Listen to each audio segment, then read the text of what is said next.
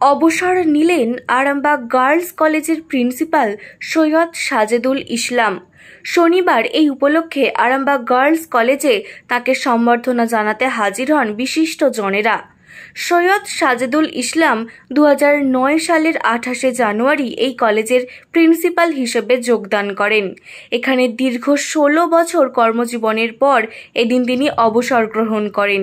এই সম্বর্ধনা অনুষ্ঠানে উপস্থিত ছিলেন তৃণমূলের রাজ্য সম্পাদক স্বপন নন্দী, গার্লস কলেজের টিচার ইনচার্জ অনন্যা বর্ধন, আরামবাগ নেতাজি মহাবিদ্যালয়ের টিচার ইনচার্জ বিশ্বনাথ গড়াই ছাড়াও বিশিষ্ট জনেরা। সকলের কাছে আমি কৃতজ্ঞ।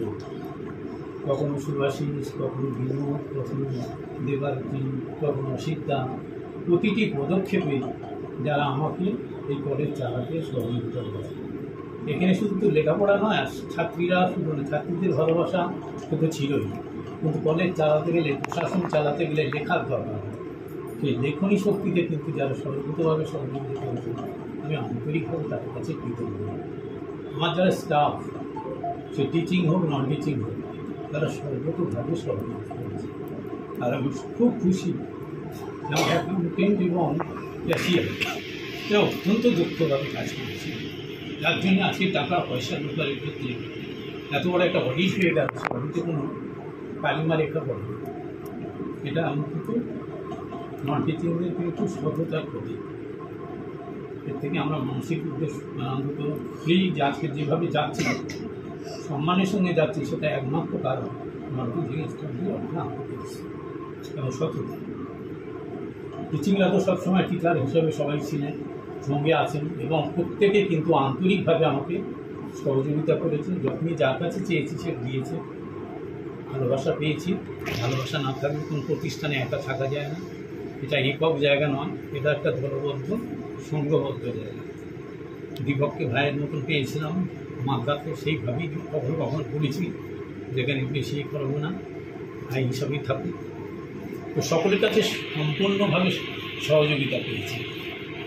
বিশেষ করে আমার বিশ্বনাথ বন্ধু, যে ভাইয়ের মতন ভাতৃপ্রতিম, সে পাশের কলেজে হলেও আজকের যেই কাগজপত্র লেখালেখি হয়েছে তার কাছে গিয়েই কিন্তু সহযোগিতা দিয়েছে।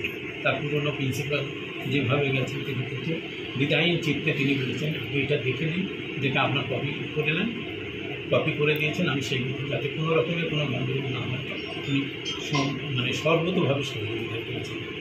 বিভিন্ন সময়ে আমাদের প্রেসিডেন্ট চোখ বন্ধ করে সই করে দিয়েছেন। এই যে কী নিচ্ছি না নিচ্ছি, কোথাও কিছু গণ্ডগোল আছে কি না, অবিশ্বাসের কোনো জায়গা নেই। এই যে আন্তরিকতা, এই যে বড় মন, এই বড় মন না থাকলে কলেজ কিন্তু চালাতে সম্ভব। কলেজ চলতে গেলে, একটা প্রশাসন চালাতে গেলে তার ম্যানেজমেন্ট কিন্তু তার সঙ্গে রাখতে হবে। সেটা আমি পেয়েছি পাশে। গভর্নিং বডির সমস্ত সদস্যদের কাছে আমি আন্তরিক কৃতজ্ঞ। আর কৃতজ্ঞ আমার ছাত্রীদের কাছে, তাদের পড়াশোনা যেমন চলছিল সুন্দরভাবে চলুক, আরও সুন্দর জীবনের উত্তরণ হোক, সুস্থ জীবনযাপন সবার জন্য কাম্য। সবাই আনন্দে থাকুক। সবাইকে অজস্র ধন্যবাদ আমার সঙ্গে সহযোগিতা করার জন্য।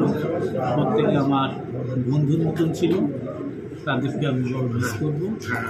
গভর্নিং বডির সদস্যরা প্রত্যেকে থেকে ছাত্রীরাও ফার্স্ট ইয়ারে এসেছিল, সবাই মিলে ওনারা যে ফেয়ারের অনুষ্ঠানে এসেছিলেন, আমরা সেই যে একটা সভা হলো, ওনার জীবনযাত্রী ভালো থাকেন, ঈশ্বর আল্লাহর কাছে। নিউনুর সোফা সেন্টার, এখানে সমস্ত রকম সোফা পাইকারি ও রিটেলে বিক্রয় করা হয়। সমস্ত সোফা নিজস্ব কারখানায় তৈরি করা হয়। প্রোপাইটার হানিফ হোসেন খাঁ ও রুহুল হোসেন খাঁ, বড়ডোঙ্গল হাটতলা সিনেমা হলের সন্নিকটে, হুগলি। যোগাযোগ 7797170093 এবং 9382003105।